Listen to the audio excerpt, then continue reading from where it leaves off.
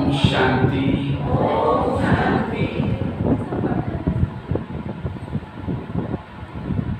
तो आज बहुत सुंदर विषय पर चर्चा करने जा रहे हैं।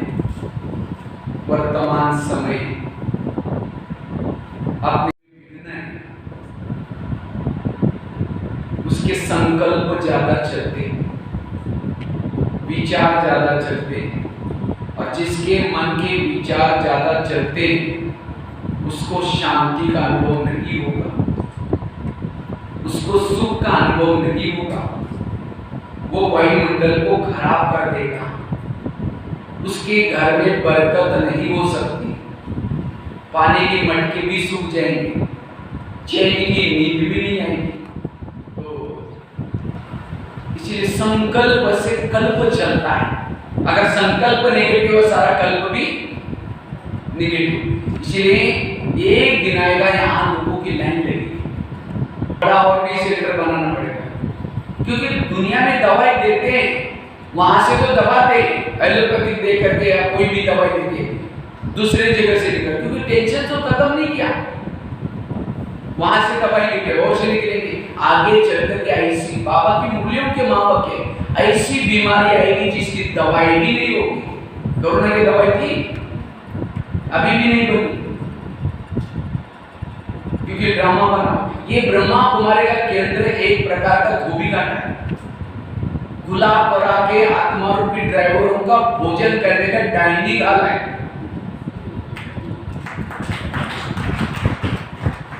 गाड़ी के अंदर पेट्रोल डाल दो, वही पेट्रोल का पाइप ड्राइवर के मुंह में डाल दो, क्या है? गाड़ी का भोजन ना लगे, ड्राइवर का भोजन ना लगे। गाड़ी का भोजन है सब्जी दाल रोटी, और ड्राइवर का भोजन है वो स्टूल। गाड़ी का भोजन है पेट्रोल डीजल, और ड्राइवर का भोजन सब्जी दाल रोटी। इसी तरह शरीर की गाड़ी का भोजन क्या है? सब्जी दाल रोटी। लेकिन इसका जो ड्राइवर है आत्मा, इसका भोजन ज्ञान। इसलिए कुछ भी हो जाए हमें रोज आकर के पढ़ाई जरूर पढ़नी है। जैसे बरसात आते छाता लेके चलते, गर्मी एसी कूलर लगाते, सर्दी गर्म कपड़े पहनते, प्रबंध करते। इसी तरह जीवन की समस्याओं का भी प्रबंध करो। प्रबंध क्या है? पॉजिटिव विचार लेके चलो। यहाँ आओ सवेरे, पॉजिटिव विचार लेके चलो, कोई भी बात आपको कुछ भी नहीं होगा, लेकिन इन बातों का चिंतन करना है। आज बाबा ने बोले में क्या बोला, आज बाबा ने बोले में क्या बोला, कभी भी रोना नहीं, संकल्प चुप हो जाएगी। एक पॉइंट लेकर के चिंतन करो। इसलिए वर्तमान समय सकारात्मक बनने की जरूरत है, और जितना सकारात्मक रहेंगे, खुश रहेंगे, पॉजिटिव बनेंगे, तो हम अपने जीवन में निर्विघ्न कैसे बनना है, उसके लिए 4-5 युक्ति आपको सुनाता हूं। निर्विघ्न बनने के लिए सबसे पहली युक्ति है सकारात्मक विचार, और सकारात्मक बनने के लिए कर्मों के गुई गति का ज्ञान चाहिए। किसका ज्ञान चाहिए? कर्मों की गुई गति। आपके आसपास के जितने भी लोग हैं, कोई आपको देने के लिए, कोई आपसे लेने के लिए, और जिन्होंने इस लेने देने को समझ लिया उसका मन चुप रहेगा। आज क्यों रोते? नेगेटिव विचार क्यों आता है? कई कहते मैं इसके रास्ते में कभी जाती नहीं, मैंने इसका बुरा कुछ किया नहीं, फिर भी ये मेरे साथ ऐसा क्यों करती है? टाली कभी एक हाथ से टाली के लिए कितना चाहिए? अगर कोई व्यक्ति मेरे साथ उल्टा सुल्टा करता है, इसका मतलब मैंने भी कभी किया था। एक बहुत बड़ी संसार की सीक्रेट बात आपको सुनाता हूँ। आपके घर के आसपास के जितने भी लोग हैं, कोई आपको देने के लिए, कोई आपसे, जिन्होंने इस हुई गति को समझा, उनका मन चुप रहेगा। कोई सामने से कैसा भी व्यवहार करे, कभी भी मन का भी रोना नहीं आएगा और आंखों का भी रोना नहीं आएगा। और जिसका मन चुप रहता है वो हेल्दी, वेल्दी और हैप्पी है। बाबा कहते हैं आगे चल करके लोग ज्ञान सुनने के लिए नहीं आएंगे, क्योंकि आजकल हर एक के जीवन में टेंशन, समस्या, प्रॉब्लम है। लेकिन बाबा ने कहा कि उसी समय बच्चों के चेहरे म्यूजियम का काम करेंगे। लेकिन कौन से चेहरे? जो खुद पॉजिटिव सोचता है, सकारात्मक सोचता है, उसका चेहरा म्यूजियम का काम करेगा। कई कई हाइट भी के ज्ञान में चलते हैं, लेकिन चेहरा देखो तो मरा पड़ा हुआ है, कोई चेहरे में रौनक ही नहीं है, निगेटिव। इसलिए पॉजिटिव बनो और इसलिए इस कर्म गति को याद रखो। जो इस कर्म गति को याद करता है उसका मन सदा चुप रहेगा। कर्मों से शरीर बनता है, कर्मों से संबंधी मिलते हैं, सब कुछ कर्मों से होता है। वर्तमान के मेरे प्रॉब्लम मेरे ही कोई कर्मों का परिणाम है, इसके लिए कोई भी व्यक्ति दोषी नहीं। समझो कोई सास है, बहू को तंग करे, बहू को टेंशन आ रहा है, तनाव आ रहा है, नेगेटिव विचार चल रहे हैं। अगर उस सास और बहू का पिछला जन्म दिखाई दे, आज जो बहू है पिछले जन्म उसकी सास थी, और जो सास है वो कौन थी? इसलिए कहते हैं ना सास भी कभी बहू थी। आज किसी का पति तंग कर रहा है, इसका मतलब उसने भी कभी उसको पति बनकर के तंग किया था। दुनिया एक कर्म क्षेत्र है, इसमें जो बोएंगे वही काटना पड़ता है। करेले बोएंगे करेले ही आएंगे। तो वर्तमान समय मेरे जीवन के करेले मैंने ही कभी बोए थे। ऊपर में देखकर कहेंगे भगवान तुमने भी आंखें बंद किया क्या? ये मेरे साथ क्या हो रहा है? यही तो रोना है। और जब गलत करते समय भगवान को बोला था, भगवान थोड़ा देख लेना हम गलत कर इस कर्म गति की गहराई में जाओ और मन को चुप रखो। जिसका मन चुप है, आकाश के चंद्रमा को पानी में देखना है, पानी स्थिर चाहिए। परम धाम के परमात्मा को मन में देखना है, मन स्थिर चाहिए। और मन स्थिर का आधार है पॉजिटिव, सकारात्मक। इस कर्म गति को सदा हमें क्या करना है? याद रखना है। कर्मों की हुई गति को याद रखना है। दुनिया के कर्म, लोगों से नहीं डरो, भगवान से भी कभी नहीं डरो। डरना है तो गलत कर्मों से जरूर डरना है। हमें जो बाबा ने ज्ञान के बीज बोए दिए उसको बोना है। अभी मन मत परम प्रमाण चलना है।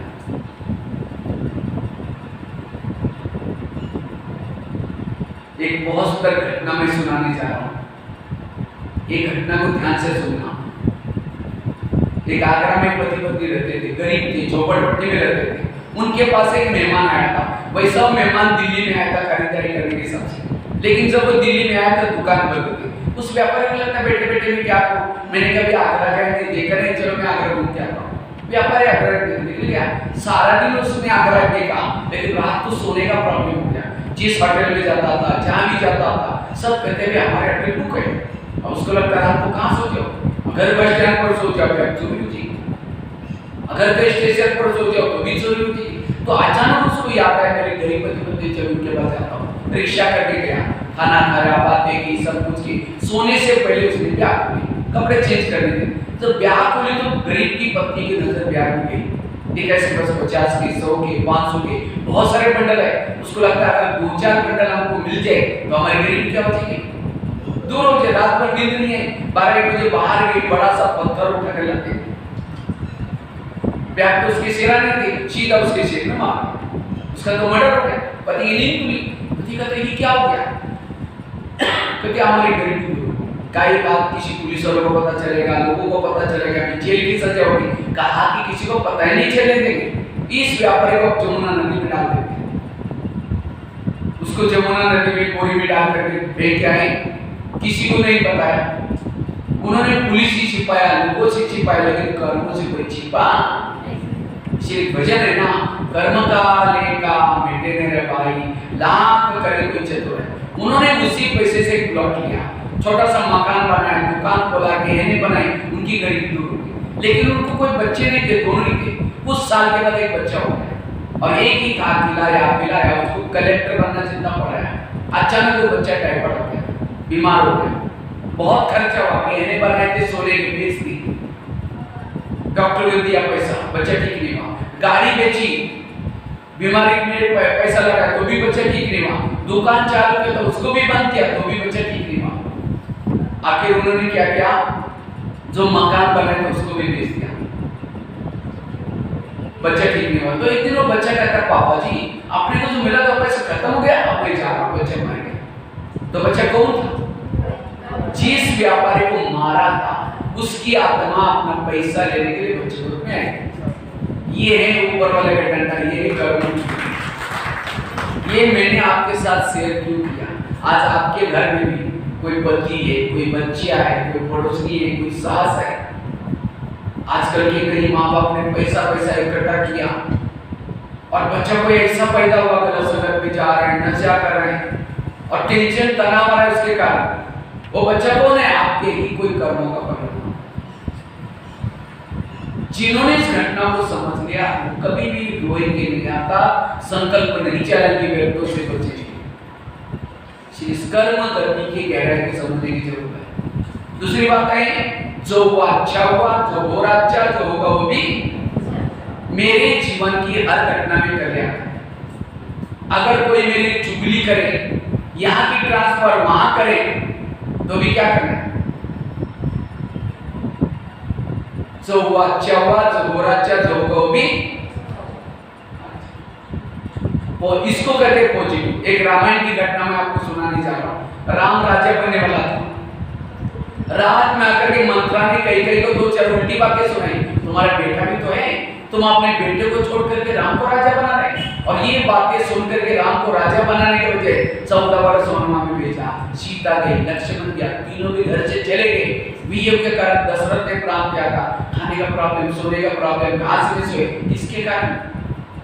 मंत्रा के कारण। तो मंत्रा को जो भी देखेगा उसकी भावना चीजें कुछ। मैं खुद जब रामायण देखता था, मंत्रा को देखते थे, मैं कहता था इस बूढ़े को उसको नहीं देखना। लेकिन एक दिन जब मैंने सोचा तब पता चला मंत्रा ने राम के साथ जो किया वो अच्छा किया। अगर रात में उनके घर में वो ना आती, राम राजा बनता, जंगल में नहीं जाता, सीता की चोरी ना होती, रावण को ना मारता, रावण को ना मारता, राम की महिमा कोई नहीं गाता। राम की महिमा किसके कारण? मंत्रा के कारण। इसी तरह हर एक के जीवन में भी भगवान ने एक तो मंत्रा रखी है। जो चुगली करते हैं, झगड़ा लगाते हैं, परेशान करते हैं, लेकिन हमारा टेंशन वही मंत्रा है। राम की मंत्रा ने तो राम का भला किया, आपकी भी मंत्रा क्या करने वाली? आज तक आपके जीवन में बहुत मंत्रा आई, उन्होंने भला किया, बुरा किया। अगर वो व्यक्ति आपके जीवन में ना होते तो आज यहाँ ना होते। इसलिए आज कभी एकांत में बैठ करके आज तक जिन्होंने तंग किया, परेशान किया, उन सबको धन्यवाद दो। तो कि आप लोगों ने हमें तंग किया, हमारा बहुत अच्छा हुआ, लेकिन फिर 5000 साल के बाद तंग करने के लिए जरूर आना।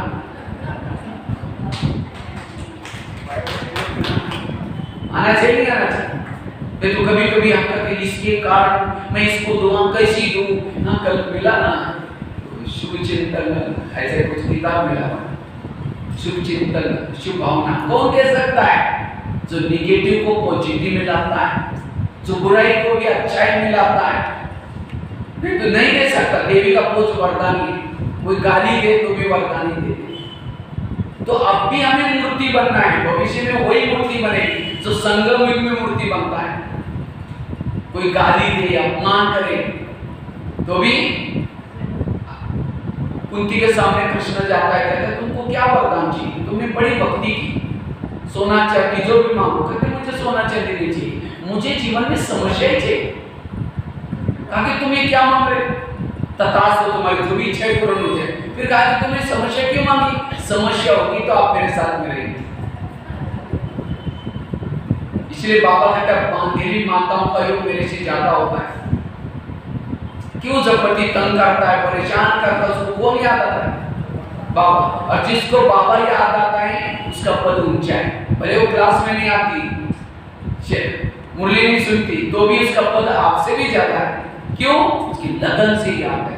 कल एक माता मेरे को रात को ऐसे मिल रही थी 5 मिनट के लिए। वो घर में झूठ बोल के आई थी कि मैं घूमने के लिए जा रही हूँ। वो आई यहाँ, कहते मैं झंडे को देख करके योग करके यहाँ पे कोई नजदीकी करके गए। लगन, और उसका लगन से विकर्म में विनाश हो गया।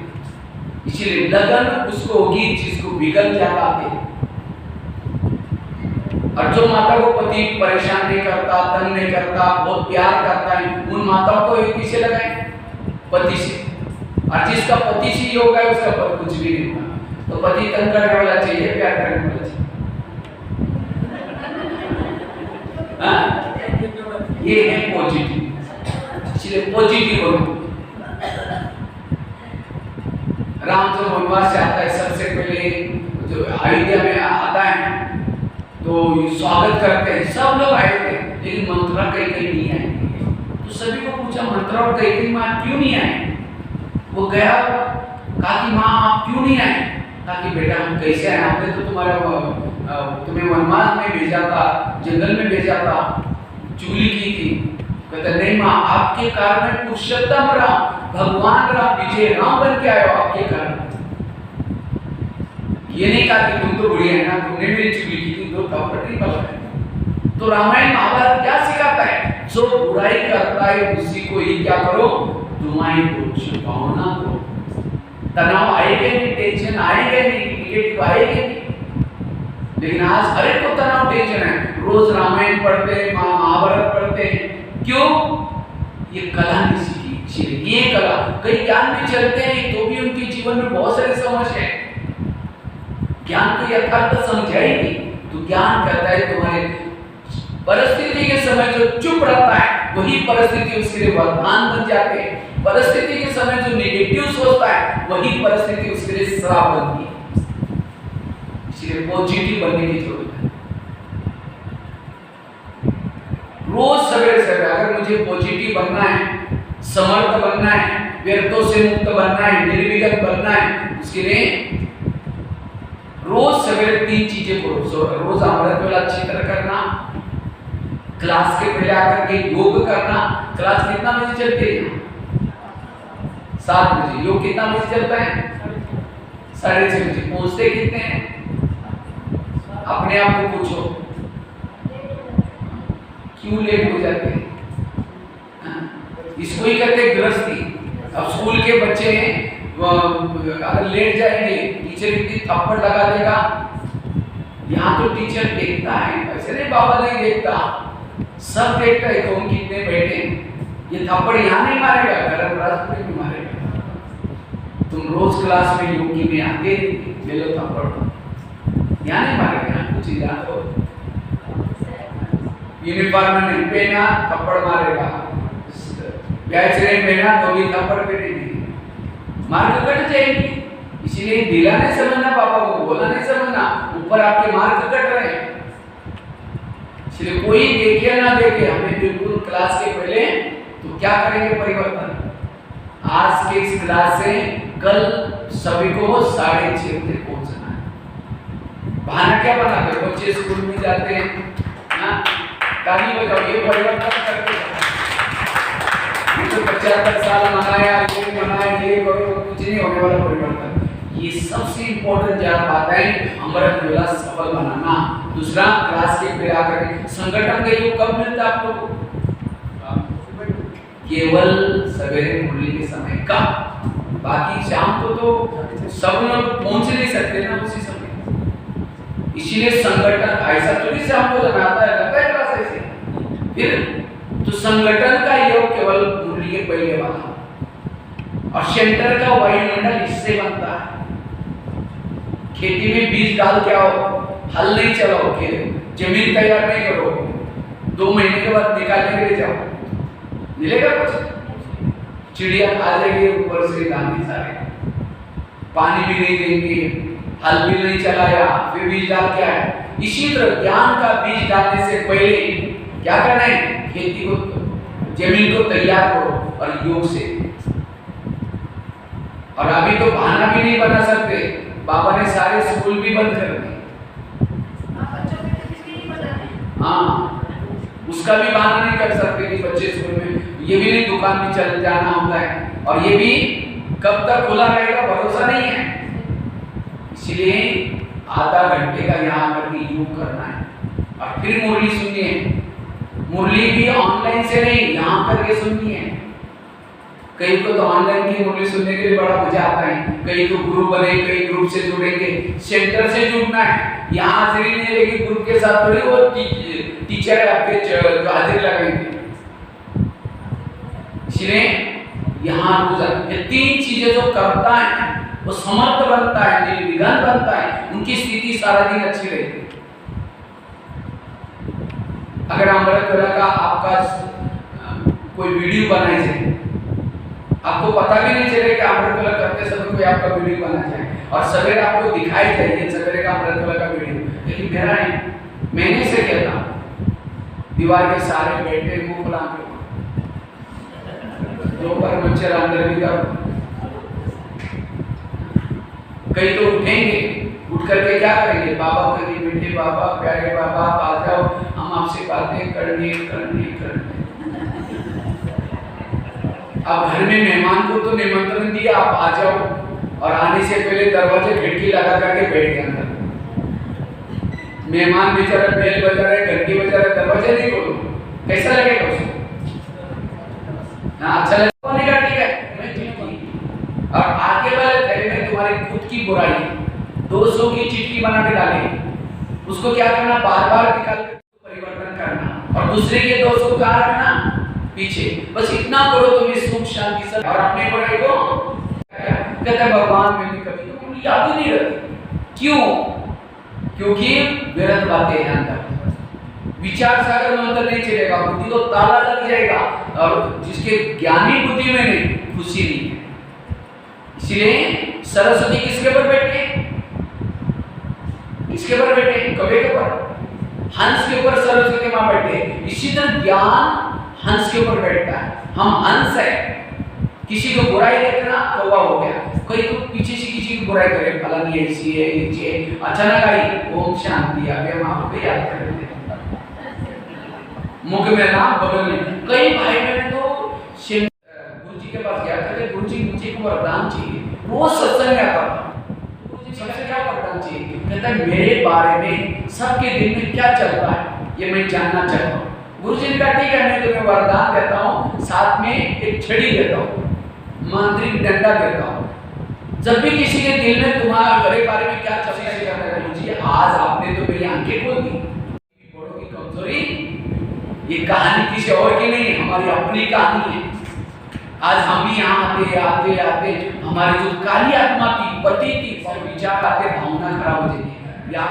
जितनी सेंटर के लिए, मधुबन के लिए, बहनों के लिए, श्री बाबा कभी उन्होंने यहाँ आने वालों की दोस्त देखे।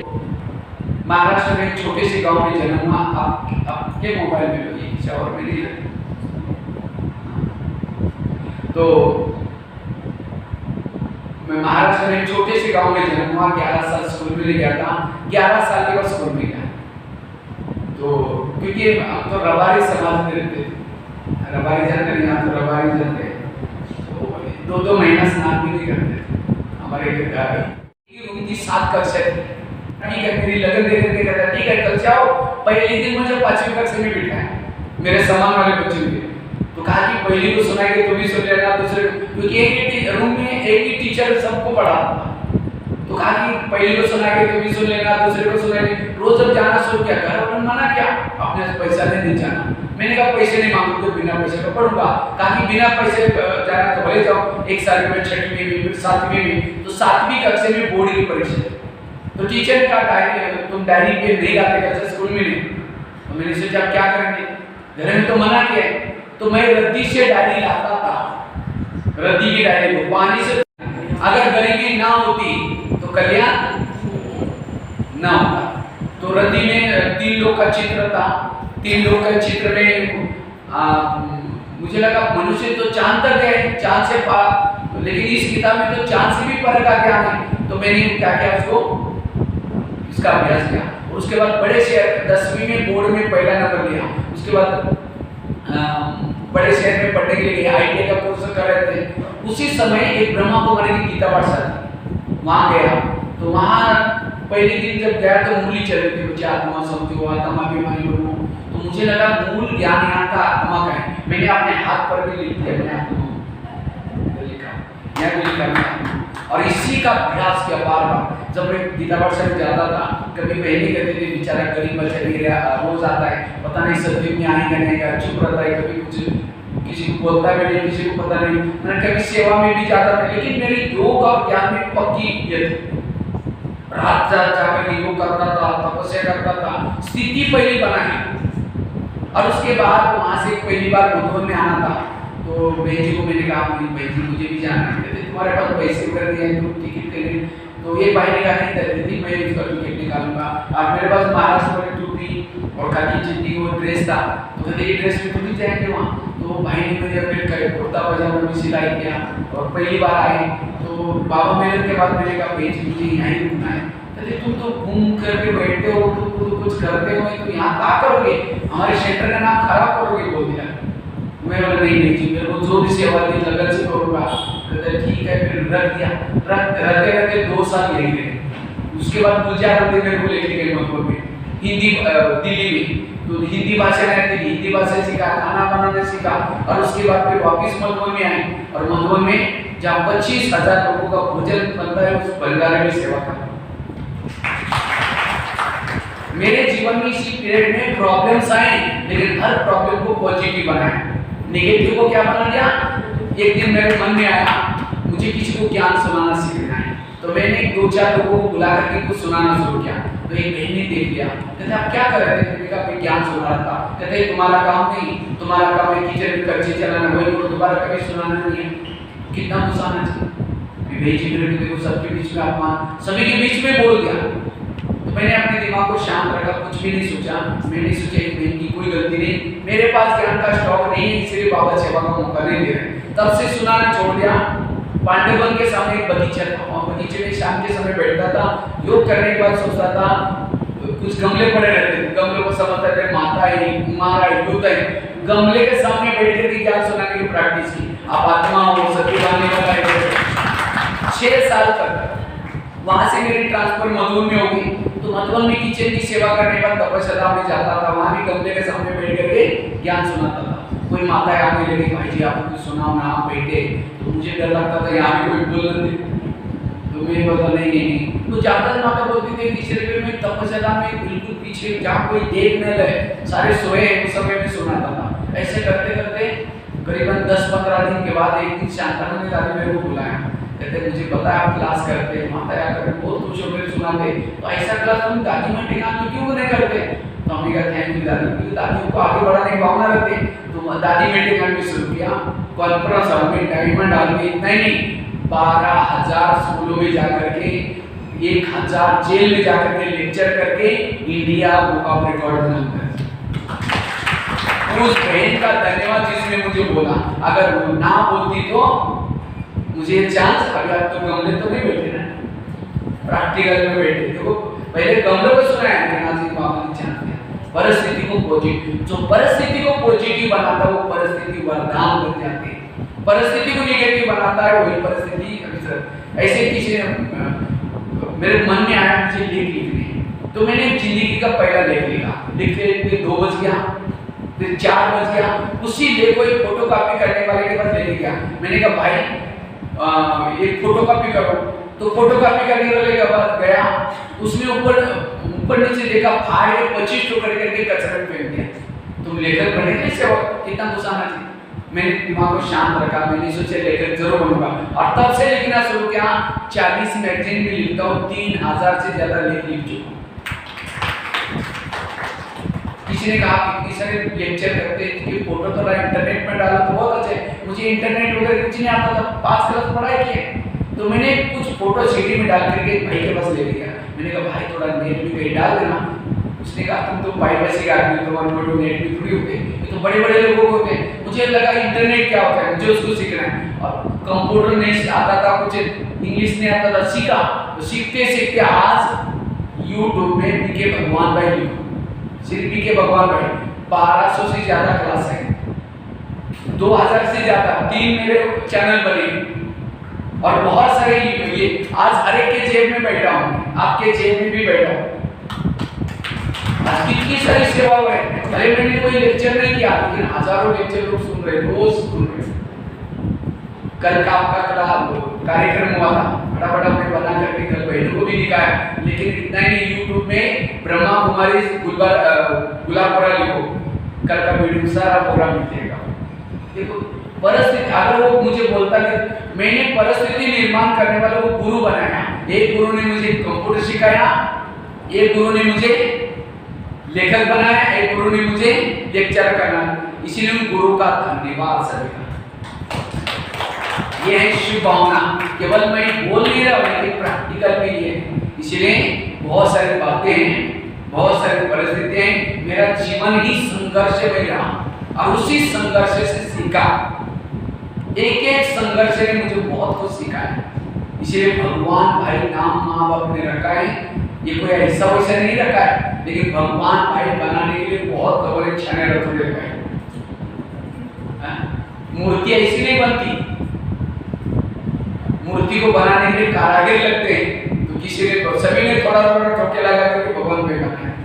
इसीलिए उन सबका धन्यवाद। ये है परिस्थिति को क्षणिक रत्न के जब तक काम नहीं सहन करते मूर्ति नहीं बनती। तो मुझे भी बहुत अभी भी मानते हैं, लेकिन उनसे मैं तो धन्यवाद बोलता रहता हूँ।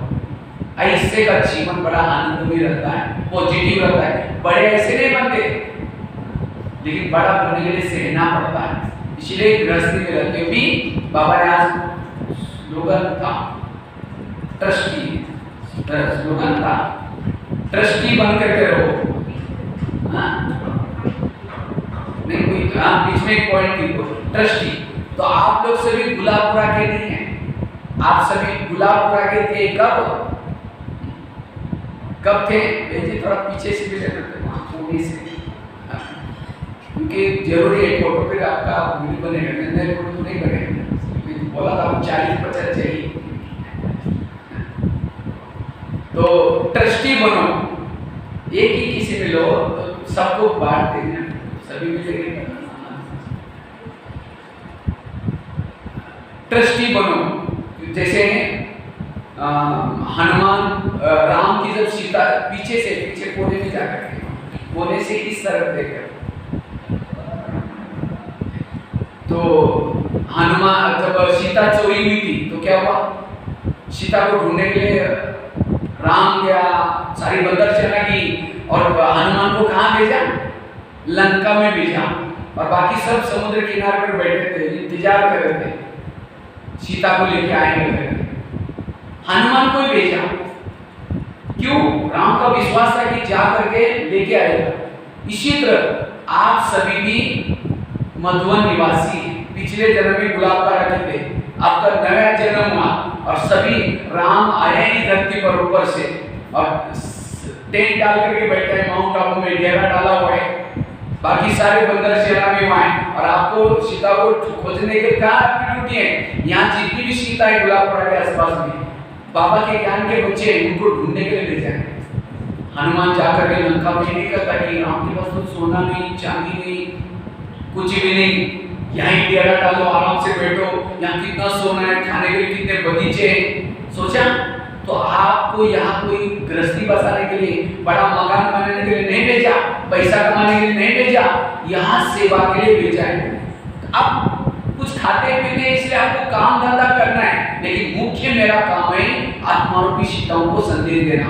मार्केट में सब्जी लाने के लिए जा रहे हैं, लेकिन क्या समझो आत्मारूपी सीताओं को ढूंढने के लिए मैं हनुमान को जा रहा हूँ। भले स्त्री का शरीर है तो भी क्या समझो मैं हनुमान हूँ सीता, और अपना ड्रेस पहन के जाऊँ, सफेद ड्रेस ब्याज पहन के जाऊँ, तो आपका ड्रेस देख करके भी लगेगा ये, आपको उस नशे में जाएंगे तो उनको लगेगा ये मुझे आपका ड्रेस से सेवा हो जाएगी, बाबा याद आएगा, ड्रामा याद आएगा उनको। इसीलिए इसी नशे में जाना है। इसलिए गृहस्थी नहीं, ट्रस्टी। आप घर में नहीं रहते, कहाँ रहते हो? सेंटर पर। घर के आपका क्या है? जैसे पहले सेक्टर पर रहते हैं आप लोग, आते कितना प्यार से सेवा करते हैं। आपको इसीलिए बाबा ने घर में रखा है क्योंकि उस पति के साथ, बच्चे के साथ आपका कार्मिक अकाउंट बहुत है, वो चुप्त करना है, बाकी आपका कोई और हिसाब नहीं, उनकी दिल से सेवा करना है। वो चाहे कुछ भी बोले तो भी दिल से सेवा करो, नाराज नहीं होना है। वो पिछले जन्मों का हिसाब है। नहीं तो कभी कभी कहते बाबा मेरा पति बहुत तंग करता है, वो कहते तुम्हारा है ना, तुम देख लेना, कहो कि बाबा जिस पति की सेवा करने के लिए मुझे भेजा है, जिस बच्चों में अपनी सेवा करने के लिए भेजा है, वो बच्चा तंग करता है, ओके फिर मदद करेगा। मेरा कुछ भी नहीं, मैं कौन हूँ? ट्रस्टी हूँ, गृहस्थी नहीं हूँ। तो तब जाकर के आपका योग अच्छा लगेगा, तब आप बहुत हल्के रहेंगे, बेफिक्र बात। दादी प्रकाश में बहुत खुश रहती है। दादी का भी मना है ना 25 तारीख को, उनका चेहरे में बहुत खुशी। मीडिया वालों ने पूछा दादी जी आप इतनी खुश क्यों रहते? कहते मैं रात को जल्दी सोती हूँ, बाबा के रूम में जाती हूँ। बाबा कहते बाबा ये मधुवन तेरा, शांतिवन तेरा, ज्ञान सरोवर तेरा, सारे जून की बहनें तेरी, सारे सेक्टर तेरे, जिज्ञासु तेरी, तुम जाने तुम्हारा काम जाने। हल्के होके सोती हूँ। इसी तरह हमें भी सोते समय क्या करना है? बाबा ये बच्चे तेरे, दुकान तेरा, ये खेती तेरी, बहू तेरे, बेटे तेरे, मैं खुद भी तेरी, तुम जाने तुम्हारा काम जाने। मेरा कुछ भी, इसको कहेंगे ट्रस्टी। दिल से करो, बाकी कोई भी प्रकार का तो ट्रस्टी, आज बाबू ने शब्द यूज किया ट्रस्टी, तब निरंतर योगी बनेंगे। नहीं तो कोई को बिजनेस करना भी बड़ा टेंशन वाला लग रहा है,